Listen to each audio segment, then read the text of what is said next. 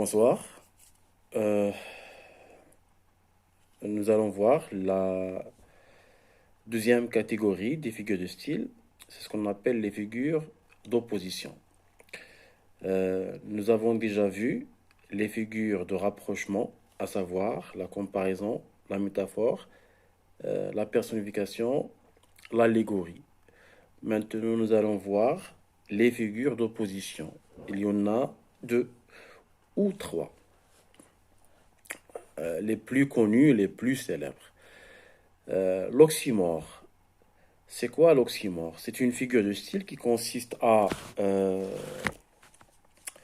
rapprocher deux termes de sens contradictoires, bien sûr, dans un même groupe de mots. Prenons l'exemple suivant. Un mort vivant.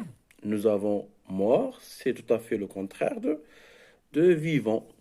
Alors, dans ce groupe de mots, on a deux mots qui sont collés, qui sont épithètes et qui sont contradictoires.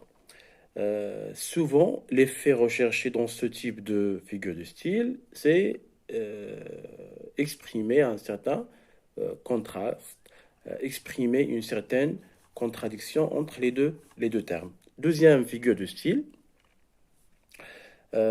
l'antithèse. L'antithèse, c'est une figure de style qui est un petit peu proche de l'oxymore, mais c'est une figure de style qui consiste à rapprocher deux idées contradictoires dans un énoncé, toujours en cherchant à exprimer le contraste. Le contraste, pardon. Troisième figure de style, c'est ce qu'on appelle l'antiphrase. L'antiphrase, c'est euh,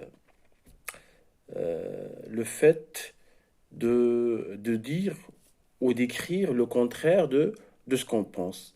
Par exemple, quelqu'un qui n'a pas eu une bonne note, on peut, par exemple, s'adresser à lui en disant ah, bravo, tu as bien eu, bravo, tu as bien eu 2 sur 20. Alors, je dis le contraire de ce que je pense, bien sûr, par ironie. Revenons à l'oxymore. L'oxymore, par exemple, on peut dire c'est une clarté obscure. Clarté obscure, ça veut dire que, bien sûr, la clarté, c'est le contraire de l'obscurité.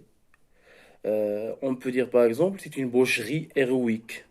Là, les deuxièmes années peuvent me comprendre. On peut dire aussi, euh, c'est un nain géant. Un nain, c'est quelqu'un qui est nain, qui est de petite taille, soit de premier sens, soit de deuxième sens. C'est un nain qui est géant, qui est gigant, très grand, très comme vous voulez. Euh, un autre exemple concernant l'antithèse. L'antithèse, par exemple, quand dans Antigone, par exemple, vous avez le mauvais rôle, j'ai le bon. Ou tu as le mauvais rôle, j'ai le bon. Tu as choisi la mort, j'ai choisi la vie, par exemple.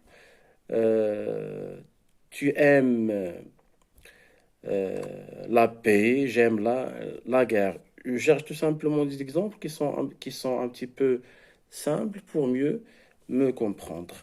Alors, c'est ce qu'on appelle les figures d'opposition. Ce sont des figures en général qui expriment ou qui expriment un certain contraste.